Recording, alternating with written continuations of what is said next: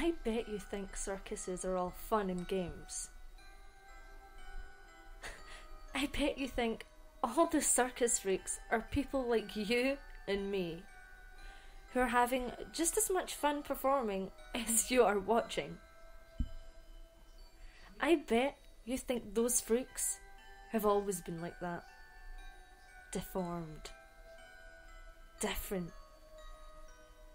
You think that clown with 2 heads was born like that?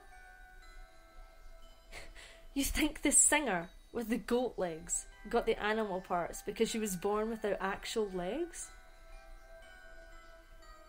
You think the normal looking guy with the hair of the midnight sky is just another performer who ran away from home? But you don't care. You don't give a second thought to what the freaks are actually like. What the freaks did to make them join the circus.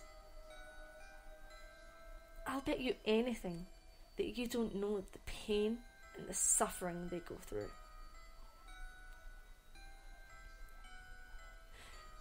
You haven't heard their screams and cries in the night.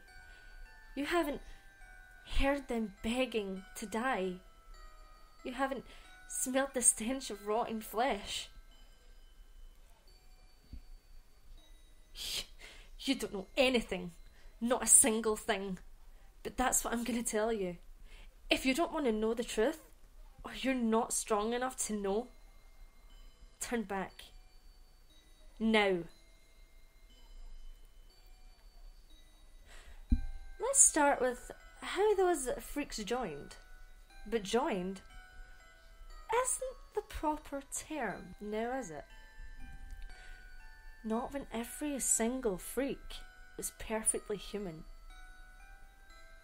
and got kidnapped as kids who wanted to go see the circus themselves. Yeah, that's right. Kidnapped. Stolen off the streets against their unheard screams, cries, and pleas for help. They're kicking, they're hitting, doing everything they could to get away. Only to end up failing hopelessly and becoming guinea pigs. Before the circus, there was a foster child with the dark blue hair that finally found a home with a mother who loved him. Sure, he may have been poor. He may have had a rough life. He could have died if left on the streets anyways. But that damned circus, that damned circus ruined all of his chances and opportunities at living life. At living like an actual person rather than some bloodthirsty animal. But no. No, of course. They had to take him. They had to take him at the age of 9. He was just a child when they injected him with all those things. And do you know what those things did to him? Do you? They turned him insane. Literally. He lost his mind. He became a legitimate cannibal. He would have happily eaten another human being. A human being! And you know what? He liked it all. He liked the taste you could get from only human flesh. Actually, he preferred everything to be cold, raw, human. He enjoyed feeling the blood swirl in his mouth and dribble down his chin. Now, isn't that just a lovely image? And do you know why that little boy was chosen to be experimented on? Why he, a poor little boy who had almost died on the streets, had been chosen? Why, It was because he was a child who had yet to fill his life with good memories, rather than thoughts of meat, blood, and more meat. Now you have a taste of what I'm explaining. Now you know at least a small portion of the horrors. So, I'll ask again. Would you like to turn back? Because I'm about to continue. There once was a little singer with the hair of pale turquoise. That girl came from a loving family with a mother, a father, and 2 little brothers whom she always played with. The girl's family was considered rich among many, and perhaps it was the girl's extravagant clothing made of the finest materials attracted the ringmaster.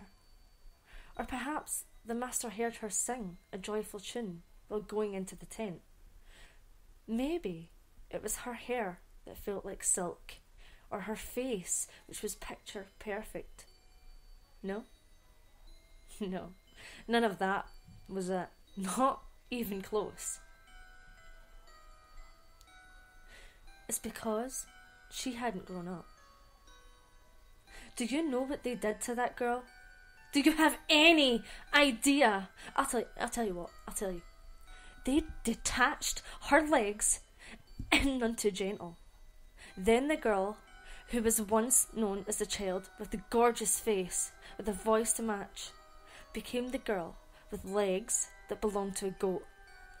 Do you have any idea how hard it is to live in such a deformed state? With legs that aren't even human? Because I know I can't even dream of how difficult that was. Just trying to imagine the suffering and the horror that was brought to the diva who cried herself to sleep at night. Makes me hurt inside and want to cry as well. The pain. Oh, the pain would be so unbearable.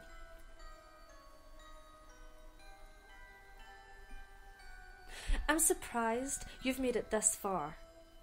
You must have a heart that is strong. But I'll tell you again, you can turn back, because I can assure you things won't be getting any better anytime soon.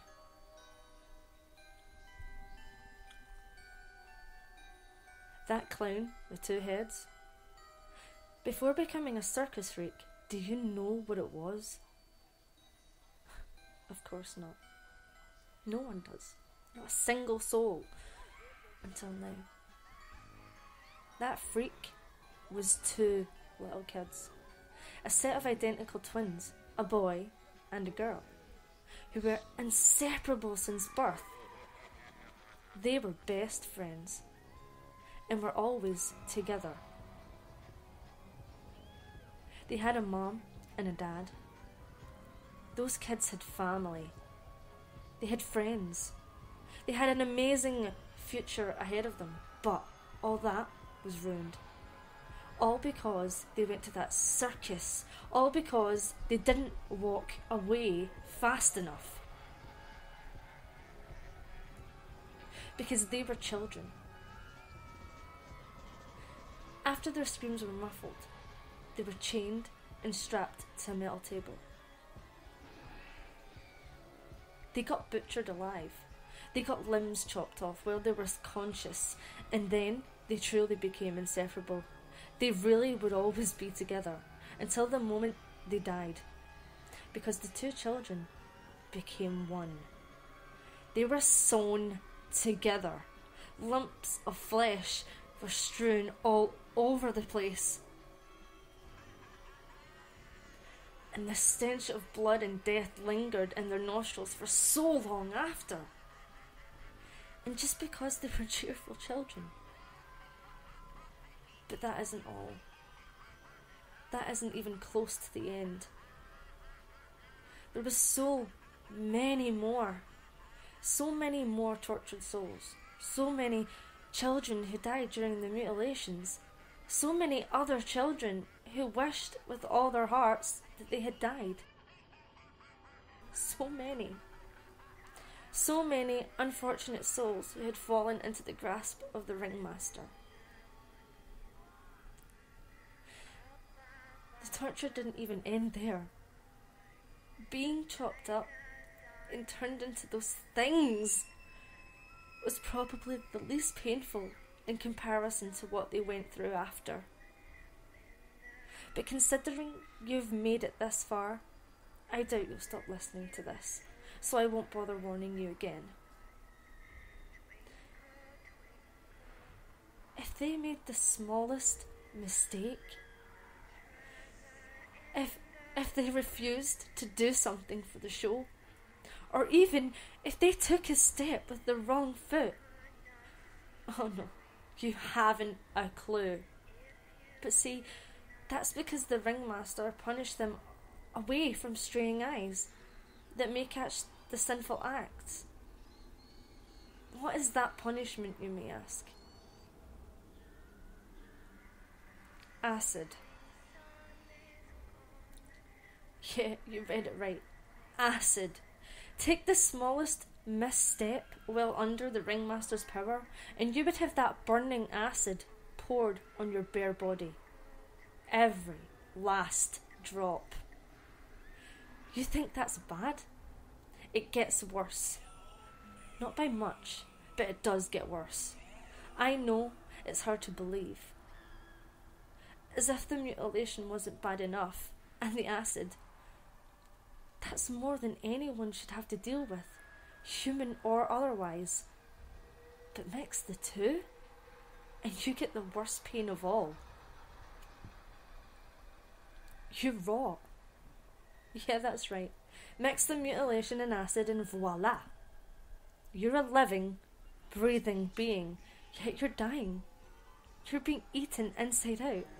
I can't even begin to explain the horror and agony of what it feels like to have your body decay and becoming unconscious during every single second.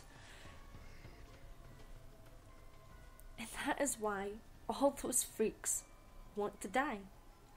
Even though they're dying anyway, it's so slow and so painful that it's unbearable.